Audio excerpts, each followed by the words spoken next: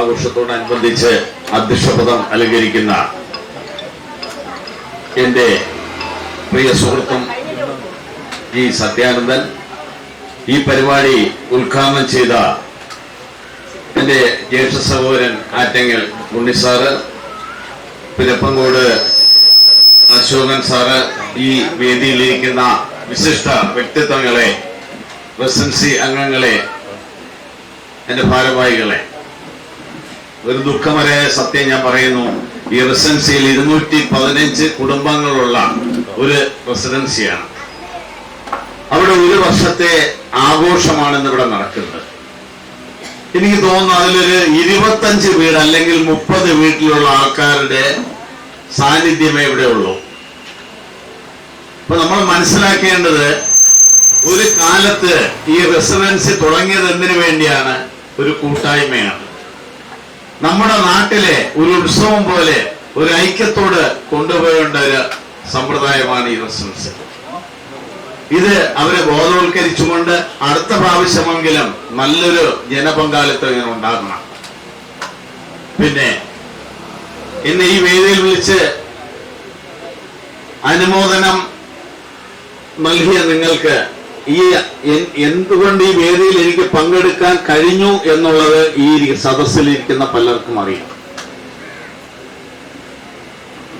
ബുഹാരി പഞ്ചാരി ആശ്രമ മൈതാനിൽ 10,000ങ്ങളുടെ സാന്നിധ്യത്തിൽ അവാർഡ് ഞാൻ ഏറ്റുവാങ്ങുമ്പോൾ ഈ കൊച്ചു ഗ്രാമത്തിന്റെ പേര് ഡൽഹിയിൽ ഉയരുകയായിരുന്നു.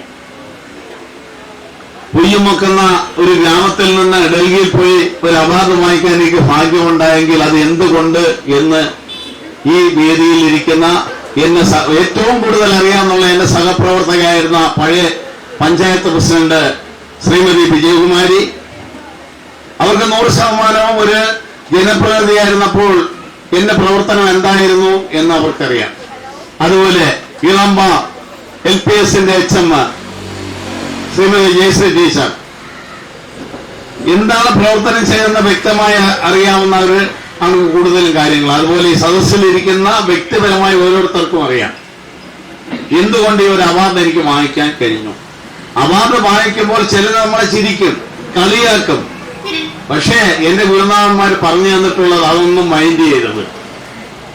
നമ്മൾ ഹാസ്യമായി ചിരിക്കും, അവന് അവാർഡ് കിട്ടി. പക്ഷെ നമ്മള് അശോക് സാർ ഇവിടെ സംസാരിച്ച പോലെ ചിരിയിൽ 3 രീതിയുണ്ട്. അതിൽ ഒരു രീതിയിലുള്ളവരാണ് അത്. നമ്മൾ അതിനെ അങ്ങ് നിസ്സാരമായിട്ട് കളയുക. പക്ഷെ എന്തായാലും ഇനിയും വരും കാലങ്ങളിലും നല്ലൊരു മാനവനെ സേവിക്കുന്ന ഒരു പ്രവർത്തനം എന്റെ ഭാഗത്തുനിന്ന് ഉണ്ടാകുമെന്നും, ഒരു രാഷ്ട്രീയത്തിന്റെയോ മതത്തിന്റെയോ ജാതിയുടെയോ പേരിൽ എനിക്ക് എന്റെ ജാതി മതം ഉണ്ടായിരിക്കും, അല്ലെങ്കിൽ ജാതി ഉണ്ടായിരിക്കും, അല്ലെങ്കിൽ രാഷ്ട്രീയം ഉണ്ടായിരിക്കും, ആരെ അടിച്ചേൽപ്പിക്കാൻ ഞാൻ പോവില്ല. പക്ഷെ ഒരു പൗരൻ എന്നുള്ള നിലയിൽ ജനസേവനം രാഷ്ട്രപതി ഉണ്ടാകുമെന്നും നിങ്ങൾ നൽകിയ അംഗീകാരത്തിന് നന്ദി രേഖപ്പെടുത്തിക്കൊണ്ട് നിർത്തുന്നു. നമസ്കാരം.